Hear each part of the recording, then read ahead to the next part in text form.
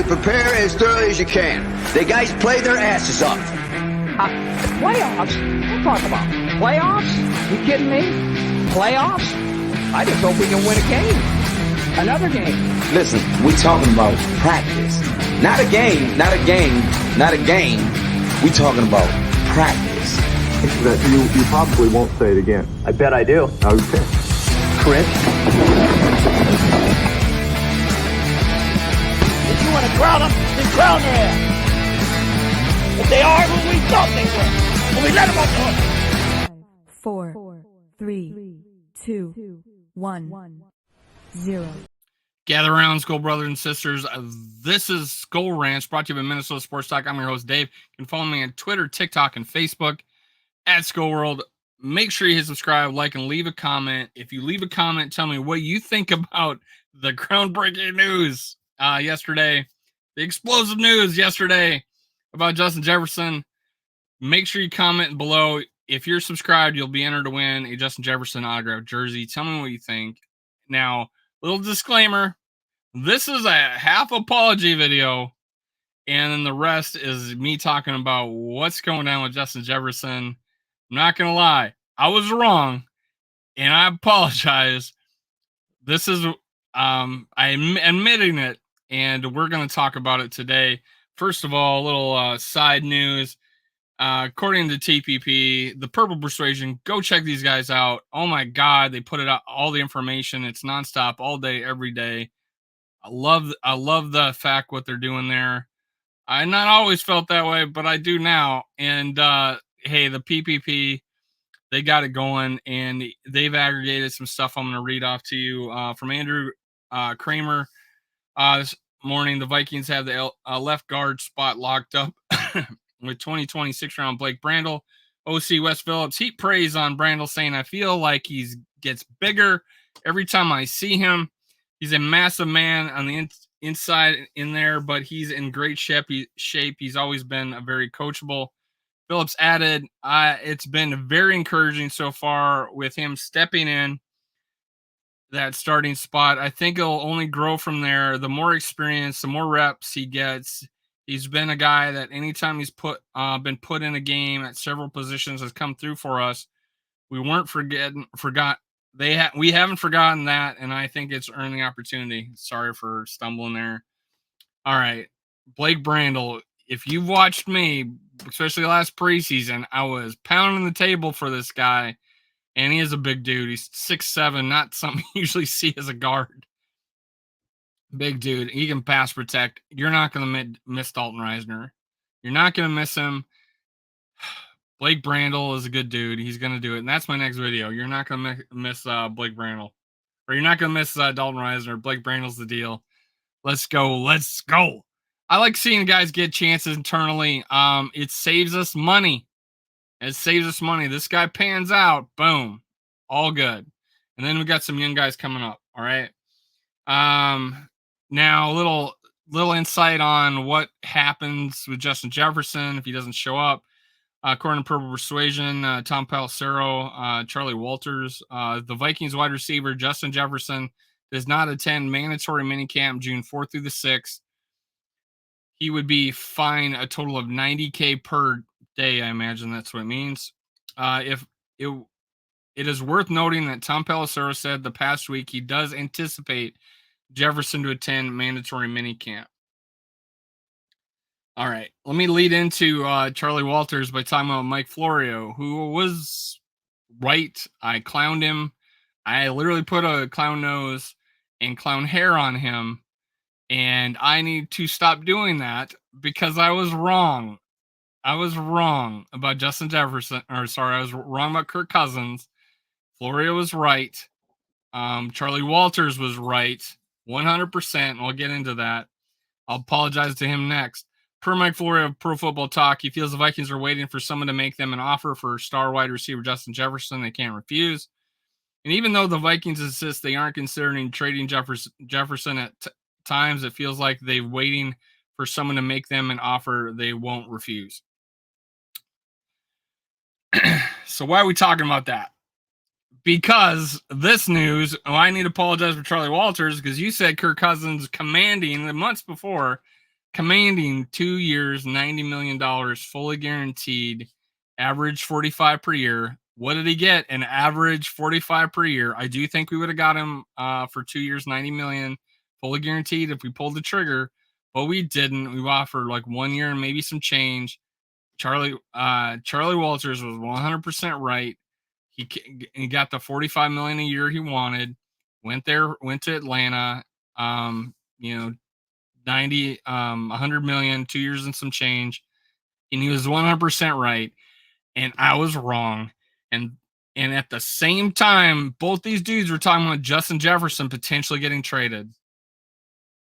And here we go. According to Charlie Walters, there was buzz at the draft that the Vikings wanted to move up to pick a number 5 to select LSU wide receiver Malik Neighbors. If the trade occurred, wide receiver Justin Jefferson would have been traded.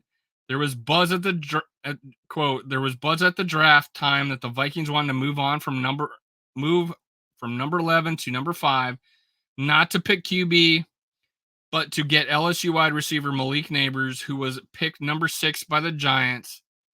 Had that trade occurred, Jefferson would have been traded, and Neighbors would have been the number 1 receiver. I'm going to read an article here. This sounds more like this tried to happen. Like they tried to get this done. Now, keep in mind, this is multiple situations, contingencies upon contingencies. We ended up getting a great draft. Just J.J. McCarthy at 10 and Dallas Turner at 17. And I would not trade that for the world right now. I would not trade that for the world.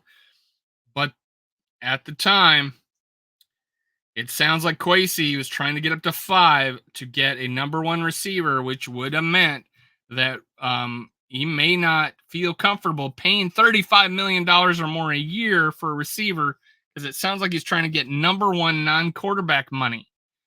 And the trade talks are going to last a while. This was an option they were looking at doing if they thought the value was there. I will say this over and over again. Kwesi is not overpaid for anything until he shows me he does. And right now he is not overpaid for anything. And that includes Justin Jefferson last year and this year so far, Kirk Cousins last year and this year, 2 years ago when he could have got Kirk Cousins for another $35 million for this year. He doesn't spend money, man. I don't know. He's looking for the deal, and I don't know. And players are leaving because we can't afford them, right? Or don't want to pull the trigger. Right or wrong? That's all I'm saying. So let's talk about the article. Let's bring it up. It's a little more fuel to the fire, man. This is by Sporting News. All right. Let me get this up here. Boom, boom, boom, boom, boom. Vikings try to jump up to the Giants to draft Malik Neighbors in 2024. This is Kevin Hickey. Well, New York Giants and Minnesota Vikings were reportedly active as 2 teams trying to move up in the 2024 NFL draft, while most of those reports surrounded the idea of trading up to number 3 for quarterback Drake May. There was another trade scenario with both teams at the heart of it. After missing on May, the Vikings reportedly tried to trade up to number 5 with the Los Angeles Chargers to draft star wide receiver Malik Neighbors. Doing so meant they had to jump the Giants, who took him at number 9. This was reported by Charlie Walters of the Twin Cities Pioneer Press following the draft. Here's the quote. There was buzz at the time that the Vikings wanted to move up from number 11 to number 5, not to pick a quarterback, to get LSU wide receiver Malik Neighbors, who was picked number 6 by the Giants. Had that occurred, Jefferson would have been traded. Neighbors would have been the number 1 receiver. On top of that, Mike Florio, Pro Football Talk, reiterated the report that Vikings had an eye for Neighbors, and they knew they would have to jump the Giants to draft order to get him. At number 5, the Chargers, then when they took Joe Alt, they passed an opportunity to trade up of that spot. The team that wanted to move up to that spot, I'm told the Minnesota Vikings, and not to take J.J. McCarthy. The Vikings, I'm told they were trying to move up to number 5 to get Malik Neighbors. The Chargers didn't allow this to happen, though. First year general manager Joe Horitz and new head coach Jim Harbaugh opted to stay put in add Notre Dame offensive tackle Joe Alt. This is a can't miss guy. The Giants then were free to take one of the most electric wide receivers in the draft. The Vikings then had to wait to move up to number 10 to draft quarterback J.J. McCarthy. Why do I think this was a possibility? Because it was. And Kwesi is checking all doors, seeing if they're open, and that door was not open. Doesn't mean he did the wrong thing. It just means it was one of the possibilities. If he got a good deal, he might have took it. He didn't get a good deal, so he didn't take it. And that's why we traded up from 11 to 10 to take J.J. McCarthy. And then he knocked it out of the park, trading up and getting Dallas Turner. Gave up some picks. But hey, I like our draft. Now, whatever you think, I'm all about Justin Jefferson staying. The reason being, and I'll say it again, J.J. McCarthy doesn't pan out. God forbid, we have Justin Jefferson to with trade value, even at $35 million a year. We may have to eat some of that, who knows, but we'll have trade value. However, if J.J. McCarthy does pan out, we're talking potential Super Bowl over the next 2 or 3 or 4 years if he pans out. So I like what happened. I want to keep Justin Jefferson. If we didn't have a quarterback right now, J.J. McCarthy, we didn't have J.J. McCarthy and it was Sam Darnold and Justin Jefferson, I would consider trading Justin Jefferson, right?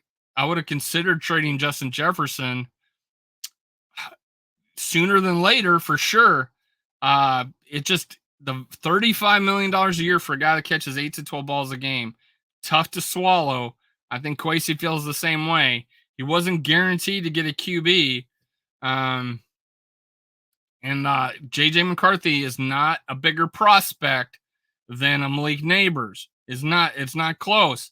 So J.J. McCarthy is a middle of the round, maybe later round, first round talent, in my opinion. And other people, I'm not alone in saying that, but the potential is there. He could have been a top 5 pick next year in next year's draft. He's not. He's this year. We got him at 10. I'm happy with that value because I know we got our guy and the fact we got Dallas Turner after that.